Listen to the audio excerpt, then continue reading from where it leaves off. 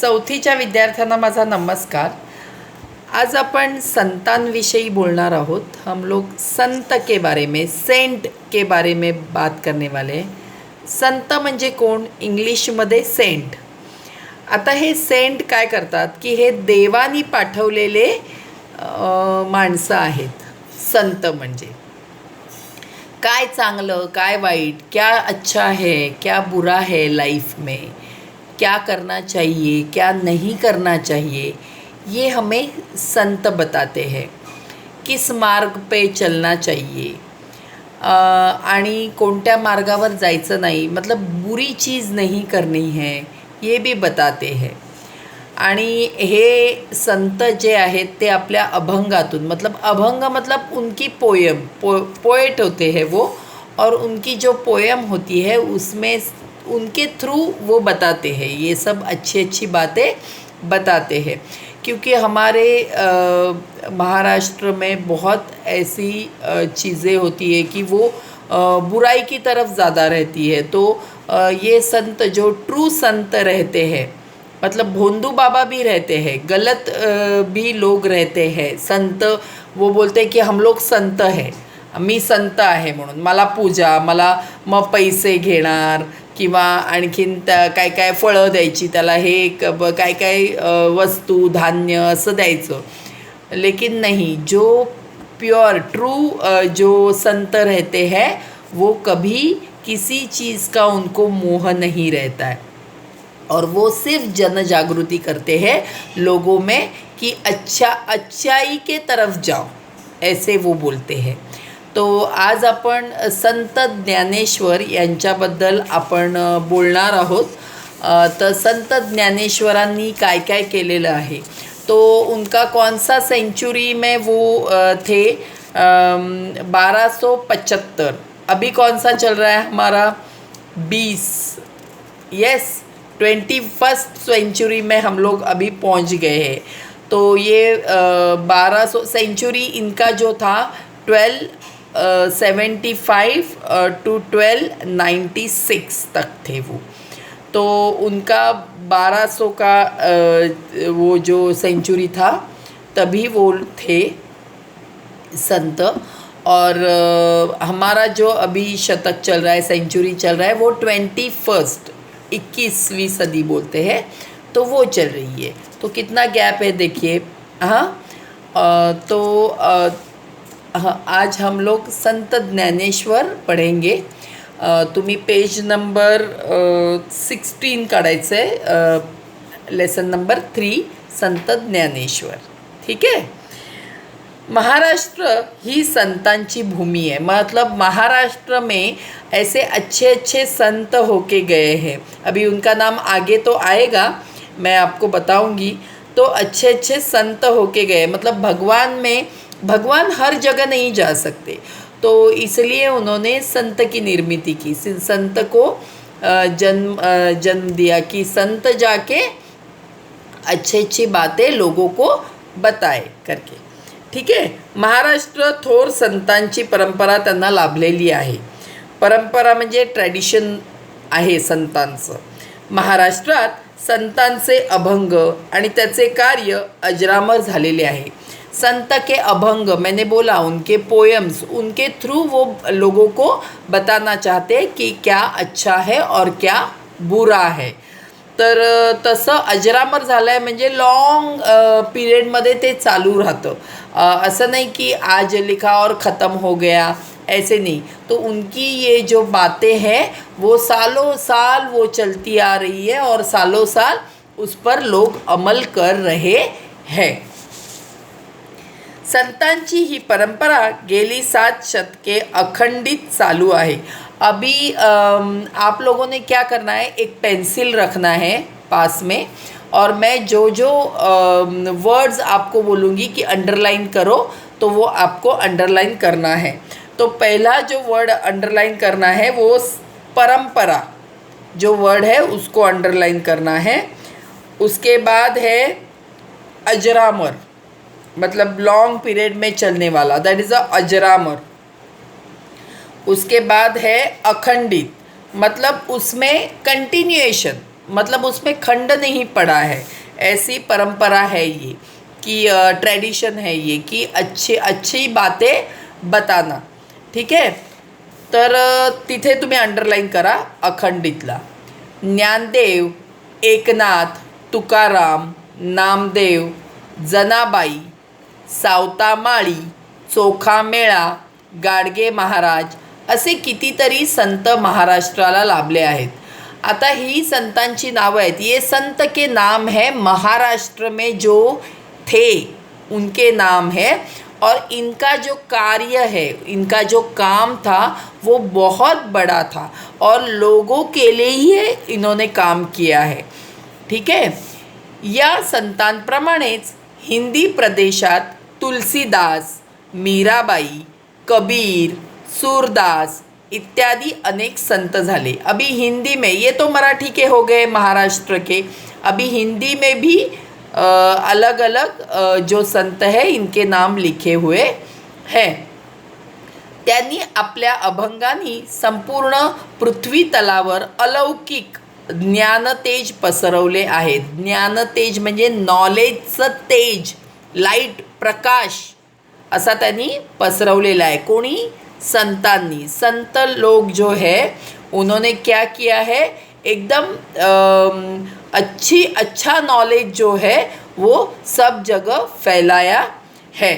अनेक संतांपैकी माझा आवडता संत ज्ञानेश्वर आहेत. आता ज्ञानेश्वर हे संत आवडते आहेत. संत ज्ञानेश्वरांनी सर्व संतांचे शिरोमणी त्यांना मानलेलं आहे. मीन्स वो मेन थे, हेड बोलते हैं ना, शिरोमणी. शिरोमणि मतलब ताज में जो ये रहता है, मणि रहता है, तो वो बहुत ऊंचा रहता है, राइट. तो असे ते मोठे संत होते. जो मेन हेड जो संत थे वो संत ज्ञानेश्वर थे. संत ज्ञानेश्वरांचे कार्य महान आहे, बहुत ऊंचा है उनका कार्य, मतलब काम. वारकरी लोक ज्ञानेश्वरांचा उल्लेख माऊली म्हणून करतात. वारकरी मतलब जो विठ्ठल के भक्त है, विठ्ठल, भगवान विठ्ठल जो है उनके, जो विठ्ठल ऐसे कमर में ये करके खड़े रहते हैं ना, हाँ, ब्लैक ब्लैक जैसे, तो उनका जो, उनको वारकरी जाते हैं, देखो पंढरपूर में जाते हैं, वारी रहती है उनकी, त्याची वारी असते पंढरपुरात. तर ते जे असतात ते भक्त असतात वारकरी लोक, आणि त्यांनी ज्ञानेश्वरांचा उल्लेख माऊली, माऊली मतलब मालूम है, माँ, माता, आई, मतलब इतना नज़दीक की रिलेशन, ठीक है, म्हणून करतात. उल्लेखला डॅश करा, मतलब बोलते हैं, उल्लेख म्हणजे बोलणे, आणि इथे अलौकिकला वरती पण डॅश करा. हां, तो प्रभावी असतं, म्हणजे ते ज्ञान प्रभावी आहे. अलौकिक म्हणजे वेगळं असं काहीतरी. ज्ञानेश्वर म्हणजे ज्ञानाचा प्रकाश होय. ज्ञानेश्वर, ज्ञान मतलब क्या, नॉलेज, ज्ञान मतलब नॉलेज, और प्रकाश मतलब क्या, लाइट. तो ये ज्ञान का प्रकाश है, लाइट है, ऐसे इनका नाम ज्ञानेश्वर है.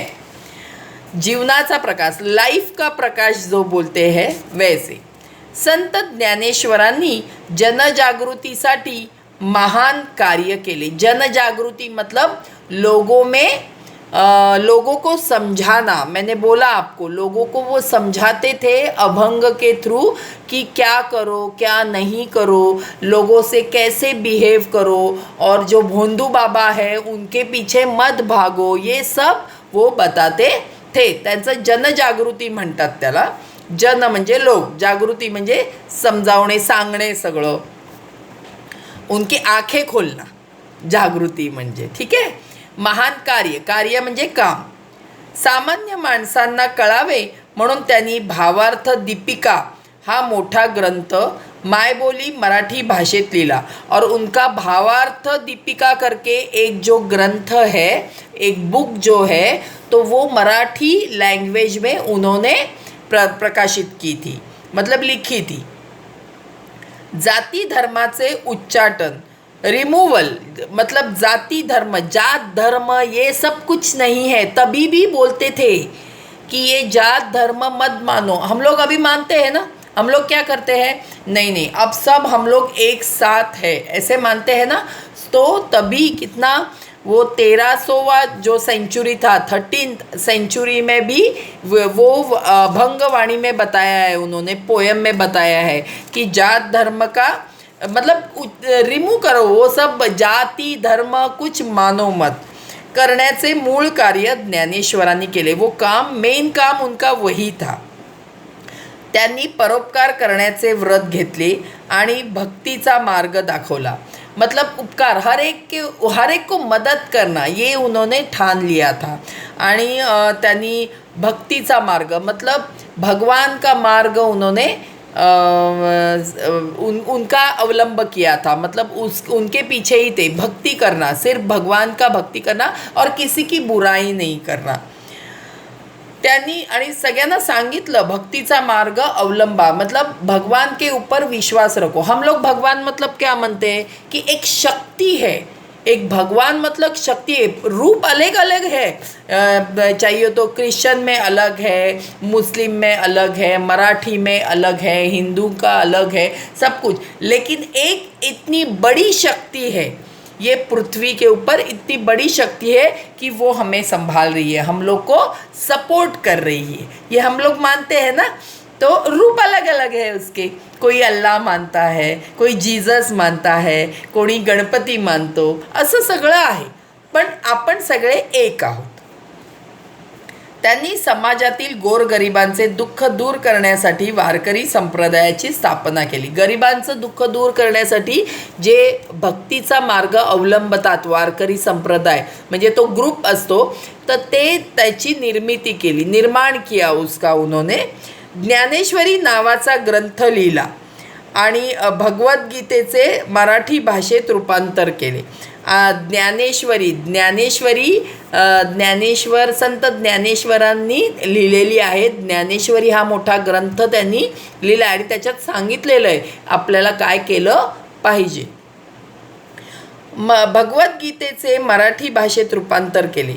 त्यांनी लिहिलेले पसायदान हे काव्य आजही मराठी साहित्यात अजरामर ठरले। म्हणजे त्यांनी लिहिलेलं आहे पसायदान त्याच्यामध्ये, तर त्याच्यामध्ये ते जे काही लिहिलेलं होतं तर त्याच्या संदर्भात मी तुम्हाला सांगते की त्याचा अर्थ काय आहे। तर बघा आता ॲक्च्युअल आणि कसं होतं की त्यांचे भावंड होती, निवृत्ती ज्ञानदेव म्हणजे ज्ञानेश्वर, सोपान मुक्ताबाई, हे चौघे जण होते। आणि एक तुम्हाला एक गोष्ट सांगते की ते कसे देव कसे होते ते। तर एक दिवस काय झालं की मुक्ताबाई ज्या होत्या, मुक्ताबाईंनी एक दिवस अपन मांडे म्हणून म्हणतो, मतलब मीठा रोटी बोलते हैं, तो उन्होंने बनाई, लेकिन कि उनको है ना सेकने के लिए तवा चाहिए था, लेकिन उनके पास तो तवा था नहीं, तो अभी कैसे ये करे। तो इसके लिए उन्होंने क्या किया, उन्होंने हर जगह ढूंढा, वो किसी को पूछा कि देंगे क्या मुझे, तो किसी ने बोला कि नहीं हमारे पास नहीं है, हम लोग नहीं देंगे। तो ज्ञानेश्वर जो थे, संत ज्ञानेश्वर, उन्होंने बोला कि आपको ये करना है ना, तो उन्होंने उनके पीठ के ऊपर वो मांडे सेके। मतलब वो भगवान कैसे थे उनका एक प्रत्यय है कि उन्होंने वो उनके पीठ पर ऐसे तवे में कैसे होता है, आग होती है ना, गरम होता है वो, तो उनके पीठ पर ऐसे सेके हैं, मतलब वो भगवान का रूप थे। ठीक है।